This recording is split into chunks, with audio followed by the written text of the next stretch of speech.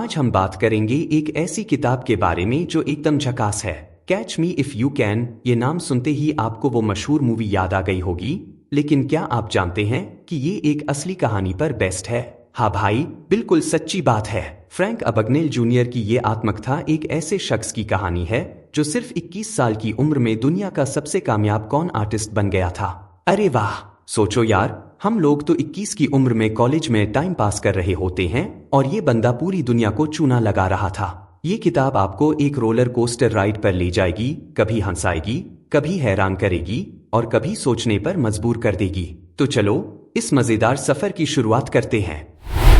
प्रमुख अध्यायों का सारांश, समरी ऑफ की चैप्टर्स। चैप्टर, शुरुआत का धमाका। फ्रैंक की कहानी की शुरुआत होती है न्यूयॉर्क के एक साधारण से परिवार से। लेकिन भाई, ये लड़का कुछ अलग मिट्टी का बना था। स्कूल में ही उसने अपने टीचर को चकमा देना शुरू कर दिया था। अरे वाह, हम लोग तो बस होमवर्क न करने के बहाने सोचते थे और ये बंदा पूरे स्कूल को उल्लू बना रहा था। चैप्टर, पायलट बनने का सपना। अब आता है असली मजे का पार्ट। फ्रैंक ने सोचा, चलो यार, पायलट बन जाते हैं। लेकिन कैसे? न तो ट्रेनिंग, न कोई डिग्री। पर क्या है ना, जब चाहत सच्ची हो तो रास्ता अपने आप निकल आता है। उसने एक फर्जी पायलट का यूनिफॉर्म बनवाया और बस शुरू हो गया उसका सफर। वो कहते हैं ना, दिखावा अच्छा हो तो आधी लड़ाई जीत ली। फ्रैंक ने यही किया। उसने पैन अमेरिकन एयरवेज के पायलट का रोल प्ले किया और क्या बताएं यार, लोग मान गए। वो फ्री में उड़ाने भरने लगा, होटलों में मुफ्त रहने लगा। अरे वाह, ऐसा लाइफ तो हम सपने में भी नहीं सोच सकते। चैप्टर, डॉक्टर साहब की एंट्री। लेकिन फ्रैंक को लगा सिर्फ पायलट बनना काफी नहीं है, तो उसने सोचा, चलो डॉक्टर बन जाते हैं। हाँ भाई, आप सही सुन रहे हो। बिना MBBS के ही वो जॉर्जिया के एक अस्पताल में नाइट सुपरवाइजर बन गया। सोचो यार, हम लोग तो डॉक्टर के सामने घबरा जाते हैं और ये बंदा खुद ही डॉक्टर बन गया। चैप्टर, लॉयर का किरदार। अब आप सोच रहे होंगे कि बस यही तक होगा, लेकिन नहीं दोस्तों, फ्रैंक तो अभी और आगे गया। उसने सोचा, चलो अब लॉयर बन जाते हैं। बिना लॉ की डिग्री के ही उसने लुइसियाना में प्रैक्टिस शुरू कर दी। वाह भाई वाह, ये तो वकील साहब के सामने ही जज बन गया। चैप्टर, बैंक को चुना। लेकिन फ्रैंक का दिमाग तो कुछ और ही लेवल पर काम कर रहा था। उसने सोचा, अब बड़ा गेम खेलते हैं। उसने फर्जी चेक बनाने शुरू किए और क्या बताएं यार, लाखों डॉलर उड़ा दिए। ये तो वही बात हो गई ना, गली का गुंडा, शहर का राजा। चैप्टर, FBI की नजर में। अब तक तो फ्रैंक मजे में था, लेकिन अब FBI की नजर उस पर पड़ गई। कार्ल हेनरेटी नाम का एक FBI एजेंट उसके पीछे पड़ गया। अब शुरू हुआ असली खेल, बिल्ली और चूहे का। फ्रैंक भागता रहा और कार्ल उसे पकड़ने की कोशिश करता रहा। चैप्टर, दुनिया भर में भागम भाग। फ्रैंक ने अपने गेम को इंटरनेशनल लेवल पर ले गया। वो फ्रांस गया, फिर स्वीडन, फिर ब्राजील। हर जगह नया नाम, नया रूप। ये तो वही बात हो गई ना, नाम बदल बदल के लिख दूं पूरी दुनिया की दीवारों पर। चैप्टर, आखिरकार पकड़ा गया।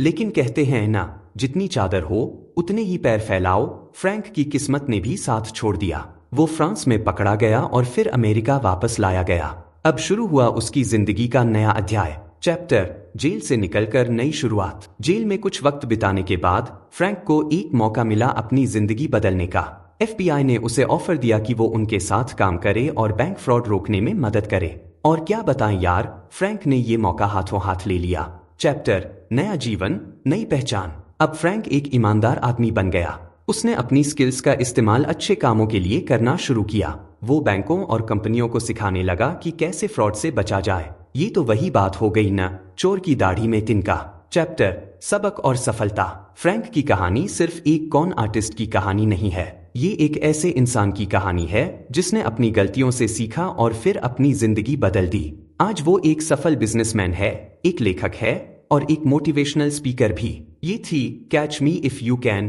की कहानी। एक ऐसी किताब जो आपको सोचने पर मजबूर कर देगी कि जिंदगी में कुछ भी असंभव नहीं है, चाहे वो अच्छा हो या बुरा। बस अपनी अक्ल का सही इस्तेमाल करो और अपने सपनों को पूरा करो। विश्लेषण, analysis. Catch me if you can सिर्फ एक थ्रिलर या क्राइम स्टोरी नहीं है, बल्कि ये एक इंसान की अद्भुत यात्रा है जो अपनी चतुराई और हिम्मत से असंभव को संभव बना देता है। फ्रैंक अबगनेल जूनियर की कहानी हमें यह सिखाती है कि इंसान की इच्छा शक्ति और दिमाग की ताकत क्या क्या कर सकती है। फ्रैंक का किरदार एकदम फिल्मी है, एक ऐसा शख्स जो हर मुश्किल को अपने दिमाग और चालाकी से पार कर जाता है। उसकी कहानी हमें यह भी सिखाती है कि गलत रास्ते पर चलकर भी इंसान अपनी गलतियों से सीख सकता है और एक नई शुरुआत कर सकता है। फ्रैंक की चालाकी और उसकी योजनाओं की बारीकियां पढ़कर लगता है कि वो एक मास्टरमाइंड था, लेकिन उसकी कहानी का सबसे दिलचस्प हिस्सा है उसकी अंततः सही रास्ते पर लौटना और समाज के लिए कुछ अच्छा करना। इस किताब का एक और महत्वपूर्ण पहलू है फ्रैंक और एफबीआई एजेंट कार्ल हेनरेटी के बीच का खेल। यह बिल्ली और चूहे का खेल न सिर्फ रोमांचक है, बल्कि यह भी दिखाता है कि कैसे दो विपरीत ध्रुवों के लोग एक दूसरे से सीख सकते हैं।